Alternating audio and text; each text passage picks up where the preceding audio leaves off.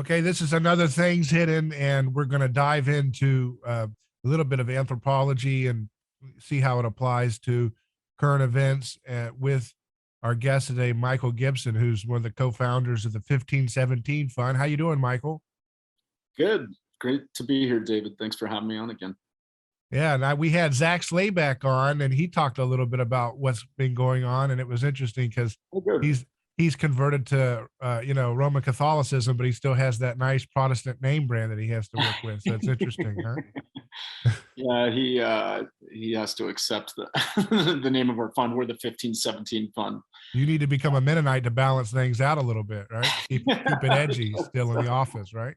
It's always fun when I meet, and I'm Catholic too. I'm not devout, but I was born Catholic, and so I'm aware of its traditions and rituals and so on. And nevertheless, I'm still surprised whenever our VC fund is named 1517, and every so often I'll meet a Catholic who takes offense that we're saying the church was doing something wrong in the 16th century.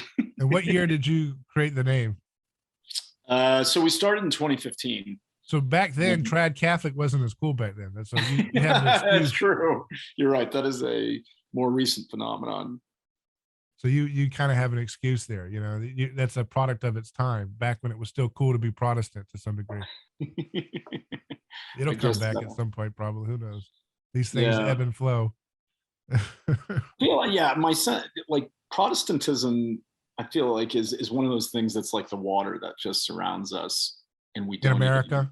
In America, and we don't even realize that it's that we're in the water just because it's everywhere, and just part of our background, foundations and assumptions and so on. So it's almost like the political fight and polarization in the country is better conceived as a sectarian Christian conflict between Protestant sects. That's really, I think, a very accurate depiction of it. Yeah. That you see wokeism is just it's a schism of Protestantism, breaking away from people are surprised more moderate forms of it. If someone hasn't encountered Rene Girard, they tend to be very surprised when I compare, when I say that we live in a country that is basically Christian without Christ. And where this is best viewed is in this valorization and celebration of the victim. And to maybe take a controversial example would be like, George Floyd, where, he tragically was killed. But what I mean by celebrating the victim is like now there are murals of George Floyd painted on city walls and, shrines dedicated to the tragedy and so on.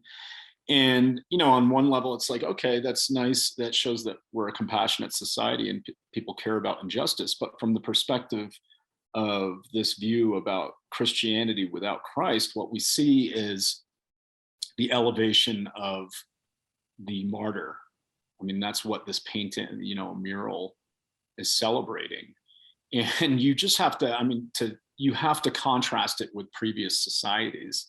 So if you think about Rome or ancient Greece, I can tell you they did not have statues of, poor victims who were oppressed by, the government or something of that nature. No, they had statues of people who conquered and destroyed things and so on. So it's like, from a Girardian standpoint, they did have statues of victims, but you didn't know they were victims, right? Well, okay, so that's fair, right? Yeah. I mean, if it's a statue to a divinity or even a hero who's half Zeus. Divine, Zeus looks strong, but when you go and look on the mountain in which Zeus was originally considered to be from, there's victims. There's little teenage boy skeleton remains. Oh, interesting. I didn't know. So that's what I always say. There's your grandeur of your Zeus. It's just a 15-year-old kid crying and is scared on the top of a mountain with lightning bolts around him. That's Zeus. That's the system that produces Zeus and all of his grandeur. You see what I mean? I do. And but yeah, you're right that we don't we celebrate lack of power and perceived so it's kind of a blessed it's a perversion of like, blessed are the meek, for they shall inherit the earth, Right. right? Because Well, you're yeah, rather I don't want to live in a society that glorifies its conquerors. I mean, right. that's. I'm not saying that's a place I want to live in. I'm just pointing out that it is Nietzsche very. Nietzsche kind of wanted that one back, right? Yeah, From right. what I Well, yes, understand. exactly. This is a very. I mean, the slave versus the, call it the heroic noble ethic that Nietzsche, wants to detail and bring out.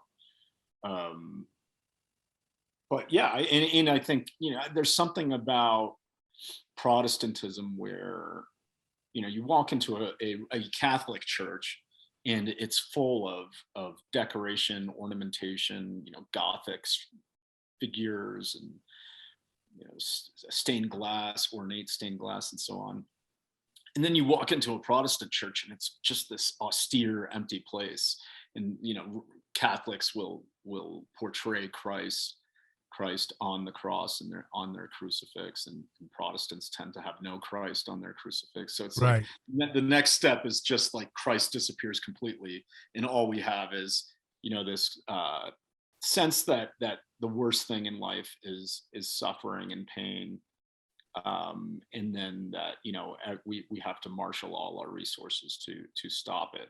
And that is very Christian, to care about the worst off like that way with that intensity, and that the philanthropic, generous efforts of governments should be to solve these issues first and foremost. That's very Christian in its legacy.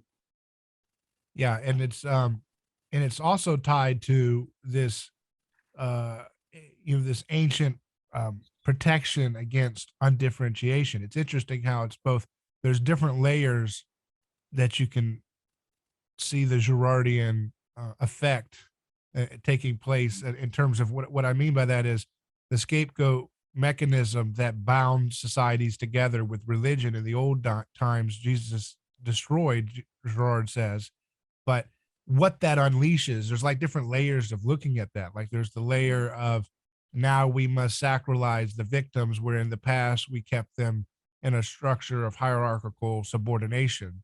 And then the other one would be, it's kind of connected to it, but it's this idea of like of creating normative standards for society that point towards undifferentiation.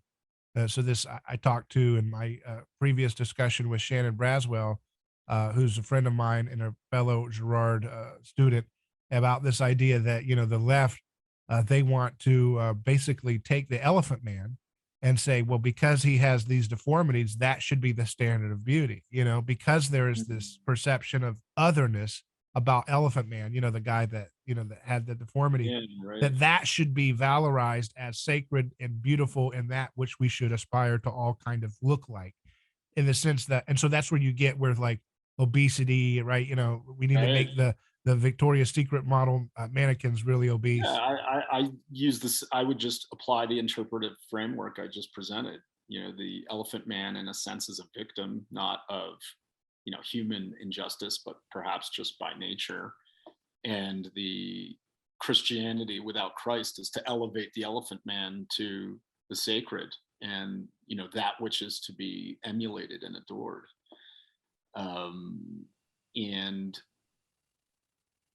And yeah, that I don't know, that to me feels very, and it's a very generous spirit. Its intent is to protect the victim, and but what it denies is this other side of things, that maybe maybe there are standards of, I don't know, excellence and in athletics, or that maybe beauty has some objectivity to it, and so on. And if we acknowledge that, it seems like it punishes those victims. But it's almost like the left's error is codependent on the right's error of always reacting and going for the no, you're ugly response that I hear the right always saying. No, you're ugly. No, you are.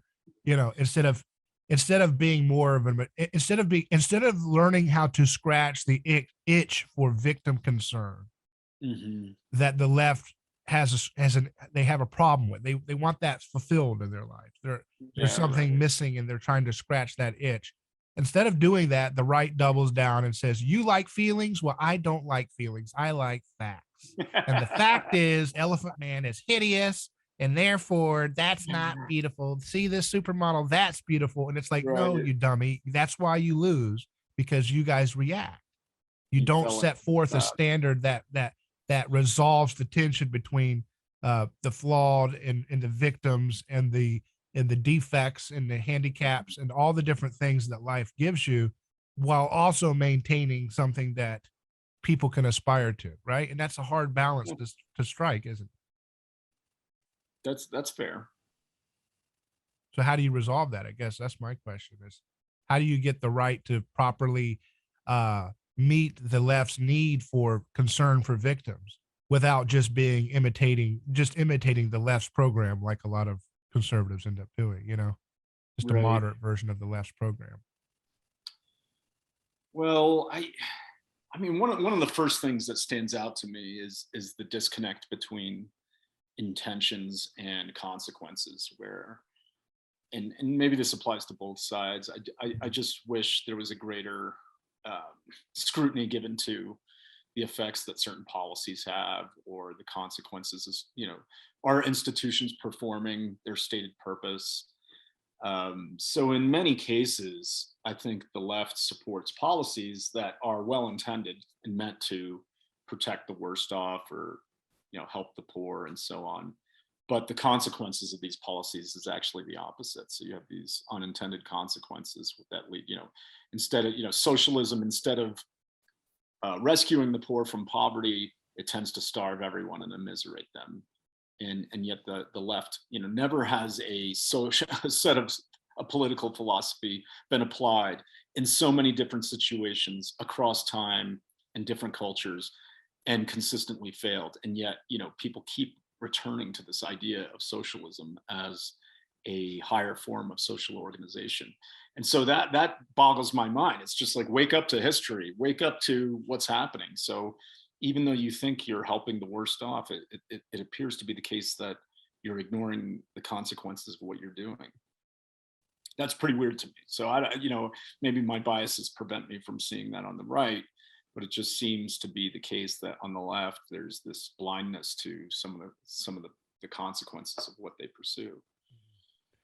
Over the last few years that we've had all of these crazy things happen, COVID and all this aggressiveness that the establishment has taken and trying to consider people domestic terrorists and all these terrible things, doxing people.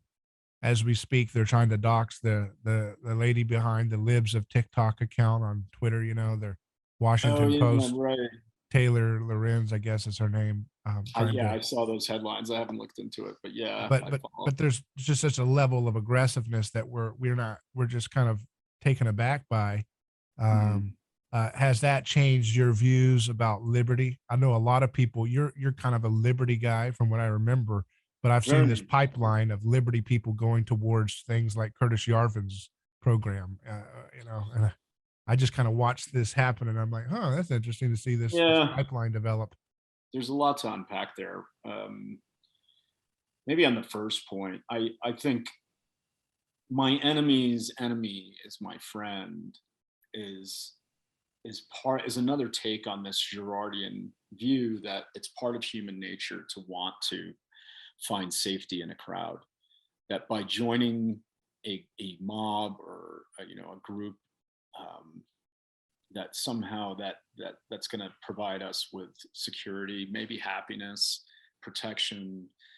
And so the best way to join a group is to find a common enemy. And this, maybe the frequency and intensity of scapegoating has increased, because I think people are more afraid, and we live in perilous times, and there's a social crisis at hand. And so they're going to be, we can see this scapegoating as just a greater effort on their part to join some group, and alleviate their fears, or to provide themselves with a stronger sense of meaning. That would be my rough take. Now I don't know how it applies in any specific case, but it seems to be a broad trend. When it comes to, I yield to no one in my love of liberty. I don't know how to describe my political views. I don't vote. I'm not Republican or Democrat. I tend to be something like a conservative anarchist. And what I mean by that is the conservative in me sees great wisdom in the traditions of the past, the inheritance that we've received from our ancestors, and respects some of the mysteries of life that we may never fully understand. But the anarchist in me sees just, values the wonder and beauty of human potential, and the ability of people to explore new ideas, discover new things, and just realize their highest capacities. And Are you an anarchist because of more of the distrust for people bossing others around, or because of the violence part of it? The coercive? Right. So like I do not like coercive activities. I do not, because I think that stunts people's spirits. I think we're at our best when we're able to, in a sense, live with full consent in what we do, and be fully responsible for our choices. And so that's like the idealism of the of like what the libertarian anarchy, which is like if ultimately if we were able to consent to the types of societies that we live in fully, then I see that as moving in the right direction. But that's very far from the world we live in. The idea that we consent to be governed by where we live is just fraught with all sorts of paradoxes and difficulties. So I don't want to wade into that. That's why it's more of an ideal that I think we can approach asymptotically and not something to be realized today. But so I'm very skeptical of coercion. I think it's morally wrong, but I also think it's ineffective for all sorts of reasons on different topics. And so we should be very worried about the times when the government does want to constrain people's rights. That's sort of background. Yeah. So when I think about the last 10 to 15 years and how thinking has evolved, it seems to be the case that, I guess, after the financial crisis, the idea of like a libertarian view seems to have lost a lot of its supporters and weight. And I'm not quite certain why this happened, but there was a schism. I think Curtis Yarvin represents one of them, one side of that, where it just felt like the classical liberal view was a weak view. It didn't have life to it, didn't do a good job to these people for explaining what was happening in the world. And maybe it was things that, it could be the financial crisis, it could be the rise of China. And a lot of libertarians were free traders, and so they supported the idea of trading with China. And now it looks like maybe that was a bad idea. So these more conservative types have broken off. You see that with big tech too, and a lot of conservatives now want to regulate big tech in a way that maybe progressives have wanted to regulate other industries. So it's a split that's there. And sometimes I don't get the accusations of the conservative side, where you would think we lived in some libertarian paradise for 30 years. I don't know where this accusation comes from, but they're always like, oh, the libertarian policies led us to this, dysfunction and so on. I don't get that, but the number of voices. They say George W. Bush was a libertarian. Yeah, right. Reagan was a libertarian too. I mean, yeah. I mean, I don't know. We'd have to get into specific thinkers out there, like but just the general themes, though. Like one theme that I hear a lot in that critique of liberty is this notion of don't tread on me, can't compete with the team that says silence is violence. That's a team that's playing for keeps, a team that's playing to win, is naturally, that worldview will wipe the floor with a view that's like, hey, just leave me alone. Don't come to my house. Don't take my gun. Don't do it. It's like begging for them to smack you in the face and take everything you've got, because you're not using power in a way that's proactive or whatever. Yeah, I think that's been a long running debate and concern in political philosophy, where a single conception of the good, whether defined as a theocracy or as maybe monarchy, it seems to summon levels of commitment and motivation and belonging in ways that this liberal tolerance isn't capable of. This idea that, hey, I don't have a specific conception of the good, and neither should our government. It's free for you to explore that. That just seems weaker and less inspiring than long live the king.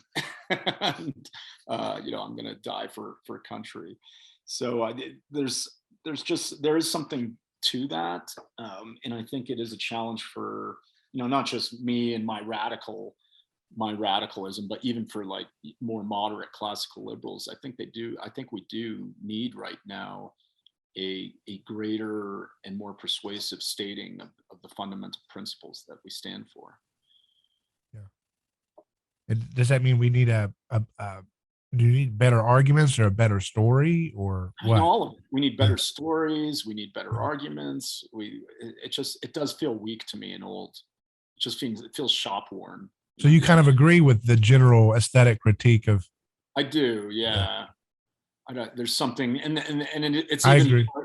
It can even be masculinized a little bit with the contrast between like alpha and beta, where like the alpha male is the tall, dark, handsome James Bond hero who's extremely capable, and so on, and the beta male is the people pleasing, hand wringing, white knight guy who just wants to You're saying that's classical liberal? And it feels like these stronger conservative right-wing takes, and even the woke ones are more assertive alpha, whereas like the beta, like classical liberal it just has that sort of tone and texture to me sometimes. But you can kind of turn it around too and be like, wait a second, Mr. Conservative, you're whining and bitching because you sent your kids to government and they turned into Satanists. What a wussy, Please, government, don't teach our children to be Satanists. It's like, all right, well, that's what they're doing. I don't know.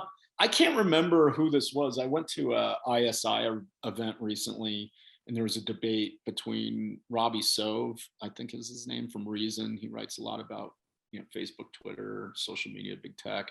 And then there was a gentleman who represented this conservative view. And he was presenting this argument like we lived in this libertarian world.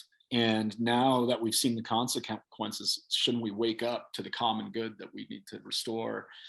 And I'm thinking to myself, are you mad? Like we currently have, like, the government spends $1 trillion on public schools, K through 12.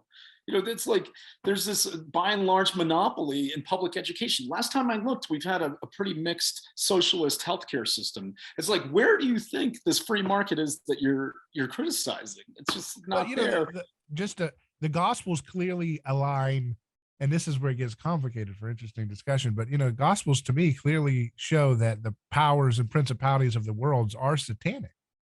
So you don't ask satanic institutions to babysit your kids and then bitch when the kids come out satanic. I know, that's so bizarre to me. If I was a conservative, the first policy I would want to enact is to abolish the public schools. It's like, why are they not up in arms about this? Yeah.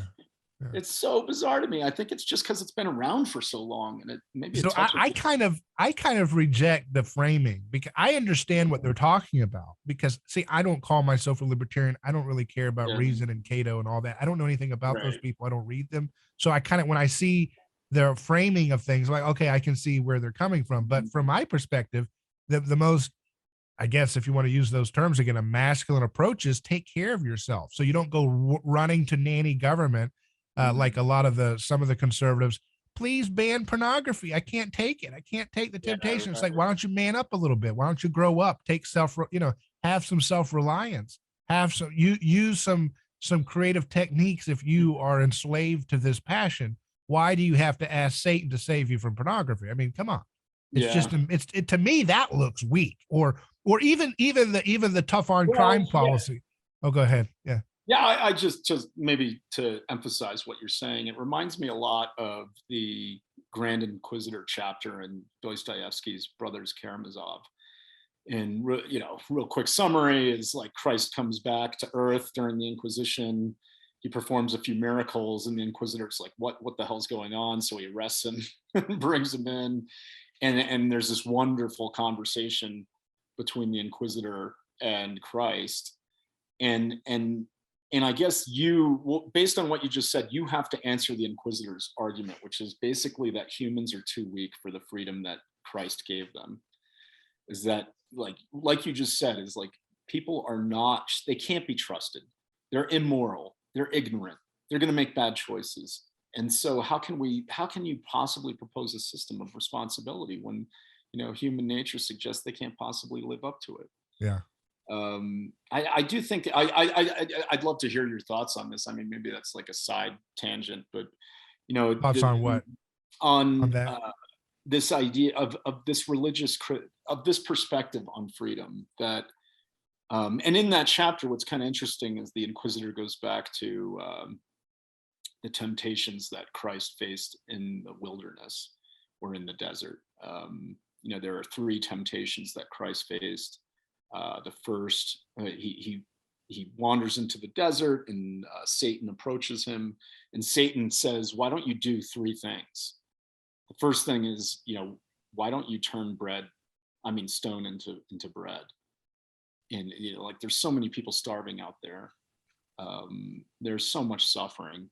How and it's within your power to stop it. So why don't you turn stone to bread? The next one is why don't you prove that you're God? It's like something like falling or jumping off the roof of a temple and then rescuing yourself to show that you can test God. And then the third one, which touches on this topic and is most interesting to me, and it's kind of weird, is that Satan says, why don't you unify all the nations of the world into one world government and establish peace? And Christ says, back off. No. and that's brought up in the chapter of the Grand Inquisitor with Dostoevsky. And so to me, it's interesting is why would it be in Satan's plans to establish one world government? Why would that be something? And how does he have influence? How does Satan have the influence to unify the nations if Christ agreed to it, right? That's very strange to me. So it speaks to some sort of latent suspicion of power and of the dangers of this unification, that Christ would deny that. And maybe it has to do, and then even to go back to the first one, ending suffering is why? I don't know. These are one of the deepest questions. Is that's basic theodicy, but it's why would God allow suffering, and why does he leave it to us to solve these problems? I don't know. It's those are some, because Christianity is the death of the big other God that solves your solutions with top down, yeah, right.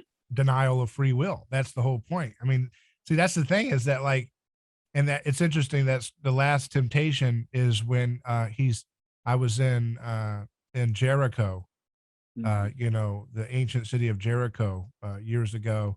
And the guide was telling, we were walking around this ancient tell where they had done the sacrificial pit, where they were sacrificed, to the moon god of Jericho, which is what Jericho's named after. Oh, I didn't know that. And he pointed up at the little mountain in the distance, right overlooking the city. He said that's traditionally considered. There was a little monastery there.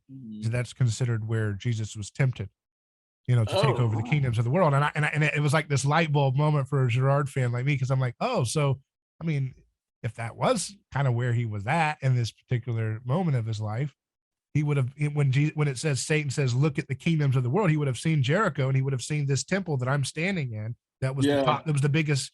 It was the biggest monument, biggest tower in the community, and that's where sacrificial violence was taking place. So he would have said, look at this. You can have this. Just imitate this, and you can do it. Right. Right. And I think Jesus was basically being tempted to be a kind of William Wallace figure in that moment. Satan's basically saying, your people are suffering.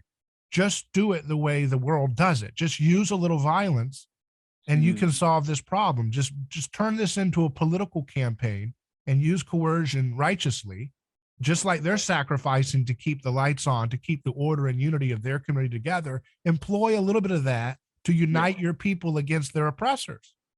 And he didn't want to take it, right? And so therefore they murdered him. It's like Satan's going to get a murder some way or another.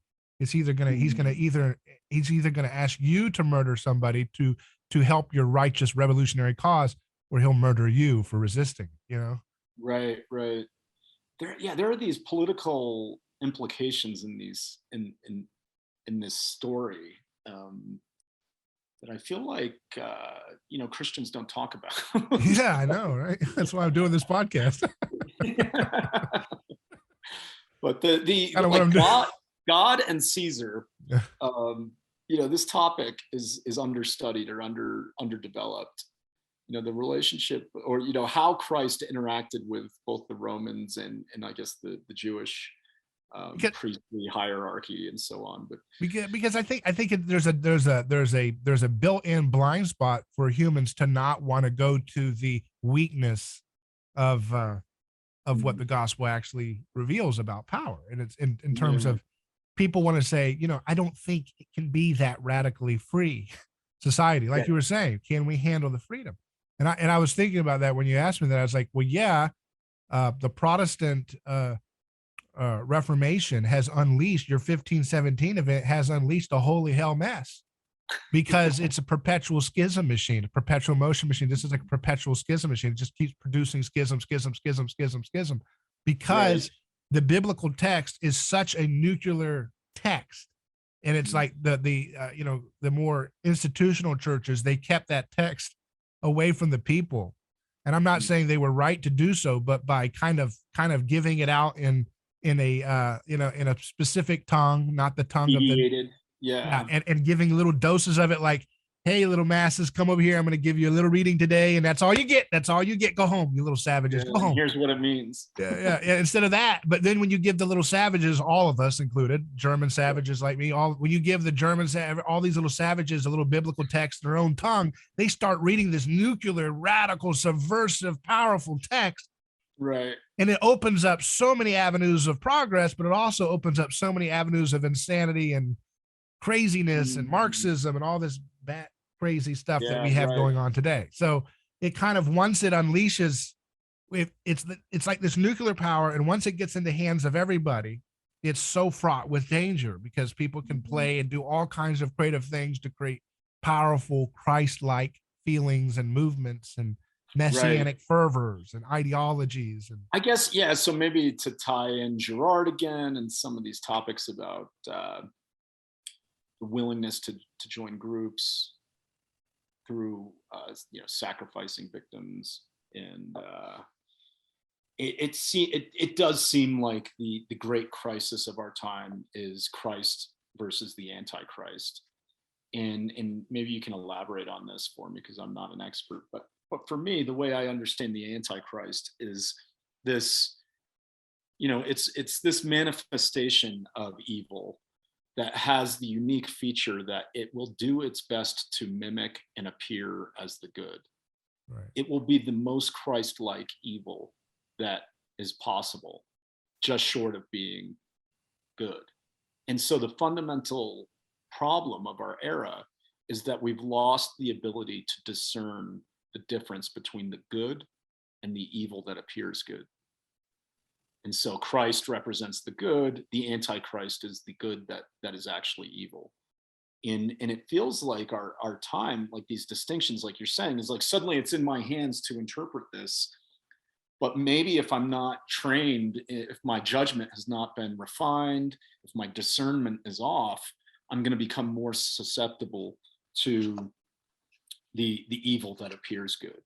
And so if you look at maybe like the growth of nihilism in 19th century Europe, and how that spreads. And what's interesting is, like, the death of God arrives, these nihilists come on the scene, and then what happens? They're Christians without Christ, and they don't just like turn into hedonists and start having sex and doing tons of drugs and enjoying the day. Instead, they become communists. So what is this slide from the death of God to communism to the worst moral catastrophes and in human history, with like the Holocaust or the deaths in Soviet Russia and so on? It's just like extraordinary to me. And I think that is the result of this of failing to understand this problem of our lack of discernment between the good and the evil that appears It's good. infecting everything, Yeah.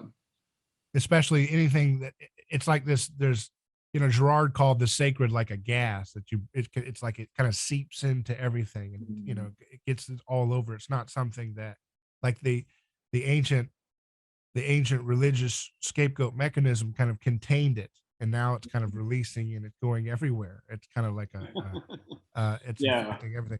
You look at the Ukraine war, for example. You can't employ a certain level of violence without having difficulty, in war. Mhm. So there's a lot of people that said that Putin his error was not coming in even more vicious and utterly destructive, by being Right. He trying to should have been using tactical nukes on day one.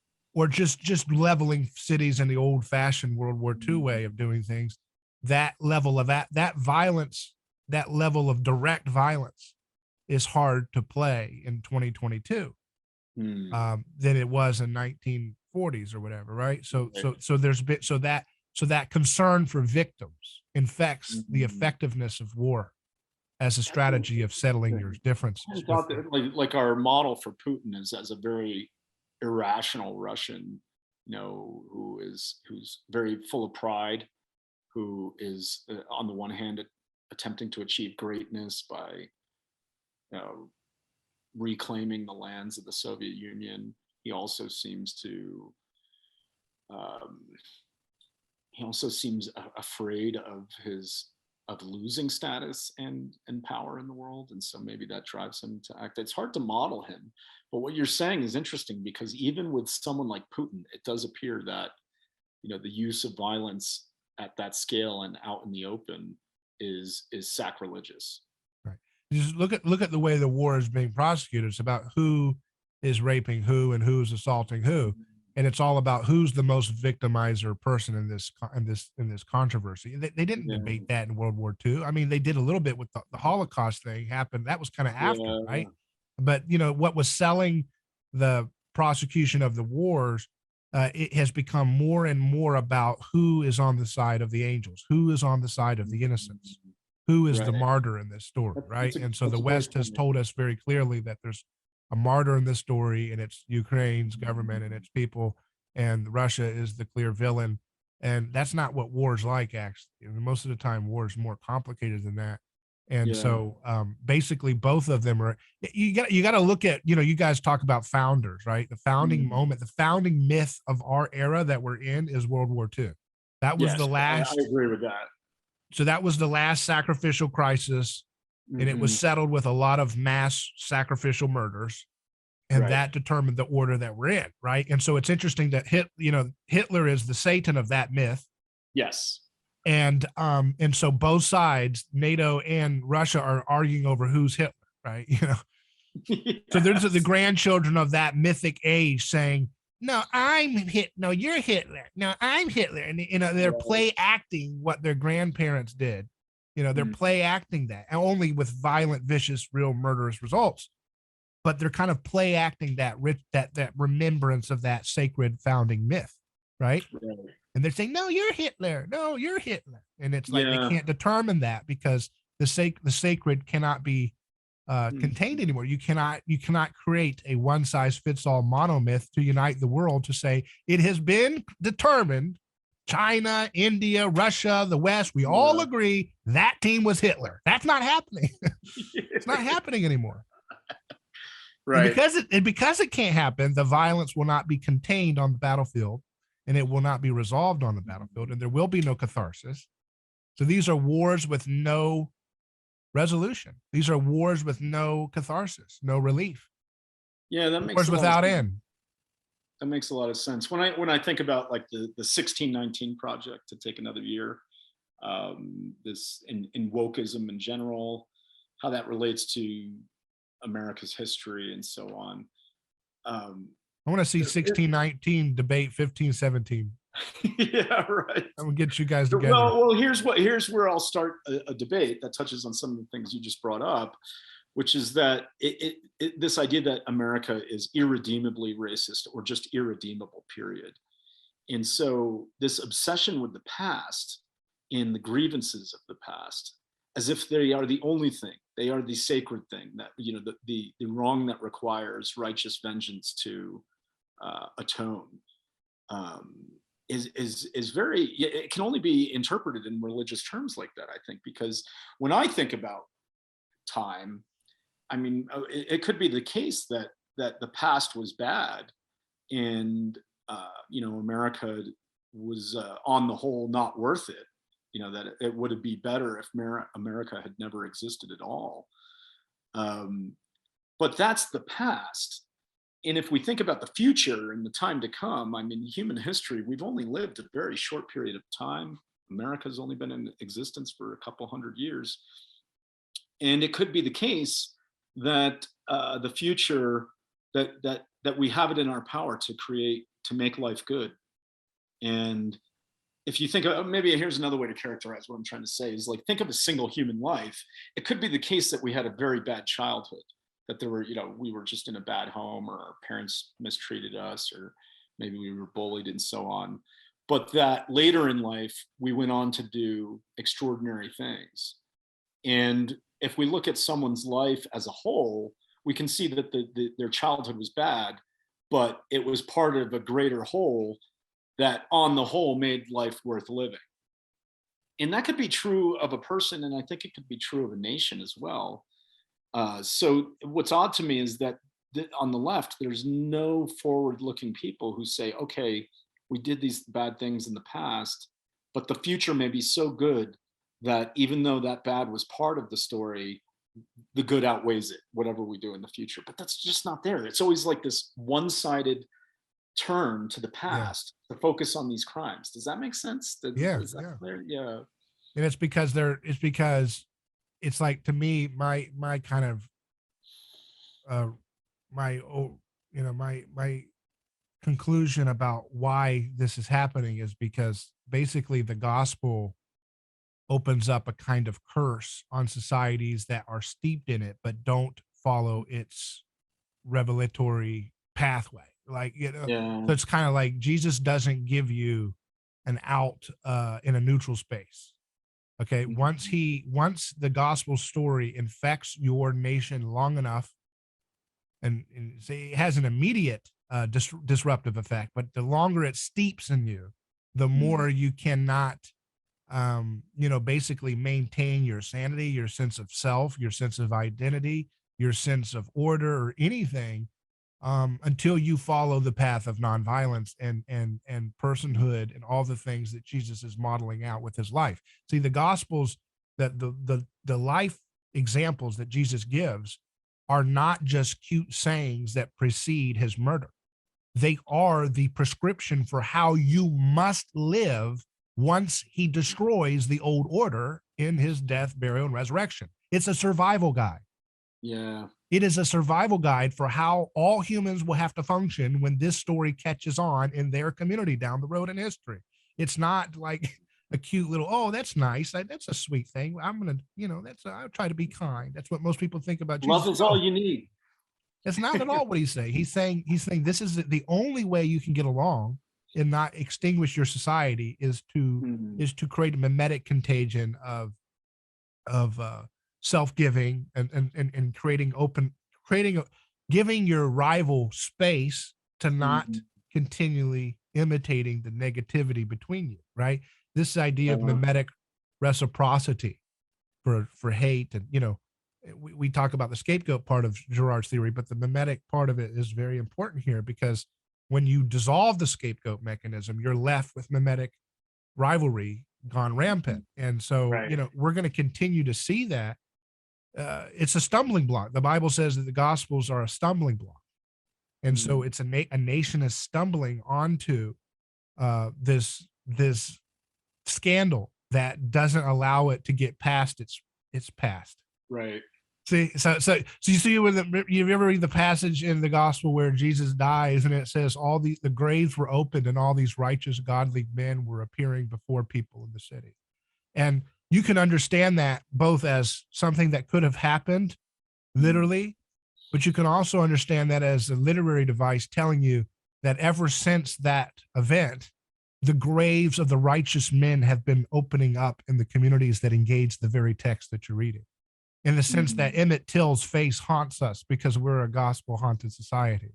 The graves of the righteous men are haunting. They're opening up, and you're seeing all of the wrongful ways you've treated people, the Japanese camps during World War II. You're seeing all of it, and you're haunted by it until you repent and turn to Christ. It will just continue to turn into this, what you called leftist obsession with the past. Right. That's how you extinguish a society, because once society is so obsessed with its past grievances, it can't move forward.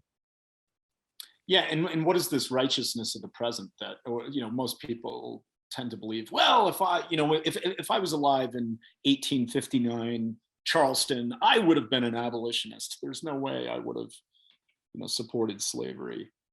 Or take your pick. It's just like everyone seems to think that they are above the dominant mode of thought of their time or their morality. And so it's interesting. And it's always about, when you cut the tape, when you start the tape, is who the monster is, right? Yeah, right. Because, African nations tribes were enslaving other African nations for a long period of time, and backwards and forwards.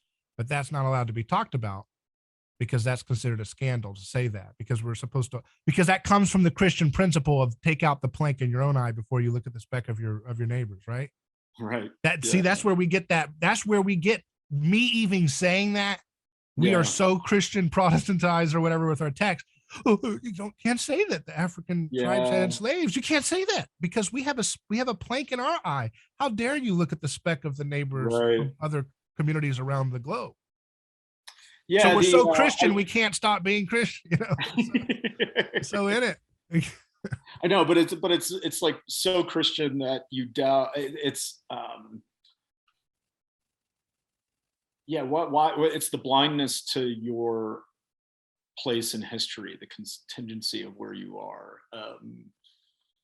And somehow that feels related to denying Christ in a way. It's like no one thinks that they'd be the one who would deny Christ.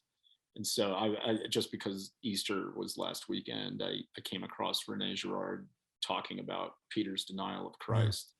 And what's fascinating to me about that as an example is Peter is, call him like one of the top disciples. Yeah. And so maybe the story is meant to show us that even among those closest to Christ, that so great is the temptation to join the crowd and deny the truth, that even the best among us are susceptible to it. And I don't know, maybe that applies to these judgments of the past without understanding where we are in the present. Or if we lived back then, we wouldn't have been any different. To think that you would is to deny Christ in a sense. Is to think that if I was that with Christ that night, I would totally support him. Or if I was in 1859 Charleston, or could you pick your place? If I was a German in 1939, whatever, it's like we should assume that no, we are probably weak and we would have followed the crowd. That's why the number one thing that we're missing is repentance, because you should create a spinoff 1517 fund called the Repentance Fund, and just figure out how to get people to repent through business activity, and not in the dumb way that the Wall Street guys want to do with those those stupid score things, but real, because that's where we're at right now. We have a society that is very aware of much of what the gospel is trying to tell them to see, but they don't want to repent. And when you don't want to repent, what do? You have to quarantine the guilt into something else. So it's whiteness. Whiteness is this weird cancer that developed in the human species, in this particularly bizarre group of white people have been really just destroying the whole world. And so we need to get people who are white to repent of their whiteness. How about repent of the human heart sin? No, that's fine. That's perfectly fine. Just even environmentalists will say humanity is a cancer on the earth, and that to me speaks to this deep sense of guilt for like somehow we've exploited the sacred Mother Earth, and we need to be destroyed because we they have all their little messianic religious groups are not compatible with their other myths. You know what I'm saying? So the environmentalist nutcase thing, is not a Yeah. compatible story with their other story. Like, you know, the founding sin of America is slavery. Therefore, we're going to create a whole, you know, kind of religion around that Right. sin. That's not really compatible with the whole planet is being murdered by humans, and we need to extinguish humans now. So that doesn't compute, but that doesn't matter. It's just all these layers of grievances, right? Mm, And really, again, you wouldn't have this thought about climate change, in my opinion, if you didn't have the Gospels. It's the Gospels that makes people not as scared of the woods. It's before they didn't want to go into the woods before because the woods were sacred, and now they're like, yes, go in there and chop up some wood, and they're like, now you've cleared out too much of the woods. You yeah, know, right. so you know that's the problem with the Yeah. Gospels, that it's so desacralized nature that there Mm, is a tendency that Girard was concerned about of people really creating an apocalyptic destruction of nature with nuclear bombs and things like that. But right, you know right. that's what climate change, and then you have, you know, there's this blending of humanity and nature that takes place in the apocalypse, where, you know, you Mm. read the book of Revelation, you see these different monsters that have the head of a badger, the feet of a chicken. You know what I Oh, mean? okay, Different. I'm wow. just teasing, but Yeah. those types of amalgamations of Yeah, I haven't undifferentiation. read it. This is something I need to get to at some point for Well, sure. that literal creature doesn't exist. I just made a parody of one in the Revelation, um, but the point is that when you look at things like the Wuhan lab and what they Mm, were doing there, you're seeing that kind of thing where you're taking different animals potentially and you're splicing things together, and man is playing God, and you see that kind of apocalyptic undifferentiation, you know, where is this thing lab created? Is this thing natural? yeah, are they? There's a What blending are of these worlds. the telltale signs of the apocalypse? Is it increasing mimetic behavior? Is that part of it? Yeah, it's the undifferentiation. Yeah, It's cannibalism, and like identity of cannibalism, you know, yeah. like kids remember cannibalism, you know, that was something that was contained within the sacred, because you couldn't allow that to be an ordinary act, or else you'd have a lot of problems Mhm. on your hand, you know. So Right. cannibalism was a sacred ritual for a lot of societies. And and Girard says that's a hype that originates in a hyper mimetic rivalry gone too far. Two men are fighting for food, Mhm. they're hunters, and then they're fighting so much that the other one eats the other one, you see. Right, and then I'm not Does that make sense? obviously I am nowhere near to being an expert on this, but I seem to recall as well that many tribes or hunter gatherers that practice cannibalism also believe in a sense that they, you know, the person who eats the other person is gaining the attributes and characteristics of that person. So Yeah. it's like if I kill a great warrior and then we eat him as part of a ritual, it's in some sense we're gonna we will incorporate his strength and prowess and so on, right? Yeah, so but that always had to be maintained within a sacred, like a ritual of war. War was a ritual of the sacred, Yeah. or a ritual for funerary ritual for funerals, different things. But they did not allow that to be something that was considered an ordinary activity you could do. It was in the domain of the sacred time of a certain ritual that you could do these things typically. Mm, And the reason why is because it's such an undifferentiated moment, because you're mm, literally consuming another human being.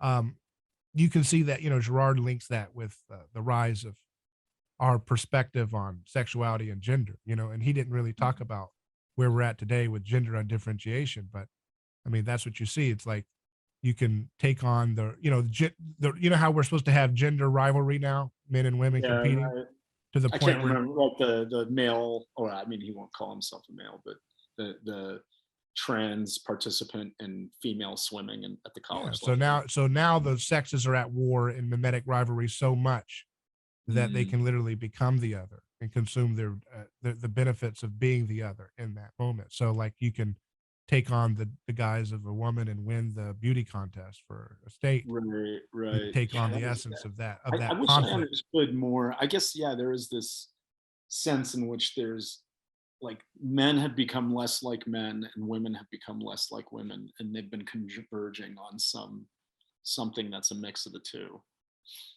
and that will maintain itself in the apocalypse, because the apocalypse, in Girard's view, is not an abrupt end. It's a long drawn out hell on earth in which people cannot get along and they just become more and more alike. Wow, that sounds miserable. Yeah, well, that's what we're headed Well, for until you repent. I hate to end on that note. Yeah. I have to get going to a meeting. So how do we end on something more positive? How do tell us a little bit about something positive you guys have going on with your project. Maybe that's a nice thing. We'll all be cannibals, but we'll be buying your product. Okay. Right. Yeah. So so hopefully we'll be Mad Max cannibals, but we'll be buying whatever you've got going for us. Give us a pitch. Let's give us a good American ending where you give us a product pitch. Okay. Just like the Truman Show. And on that note, everything's falling apart, but brought to you by, what do you have for us? We have great friends. We with these conversations, brought to you by, I'm not going to pitch anything right now, but I just admire your effort, David, to talk about these tough issues. I think there's not a forum like this. There are very few of them out there. So the fact that you're willing to address these issues is very brave. And lab grown meat that tastes like human. That's probably something you need to get a lead on, buddy. All right, man. Take well, care. On that note, I got to say goodbye, but great talking to you, David. Good to see you.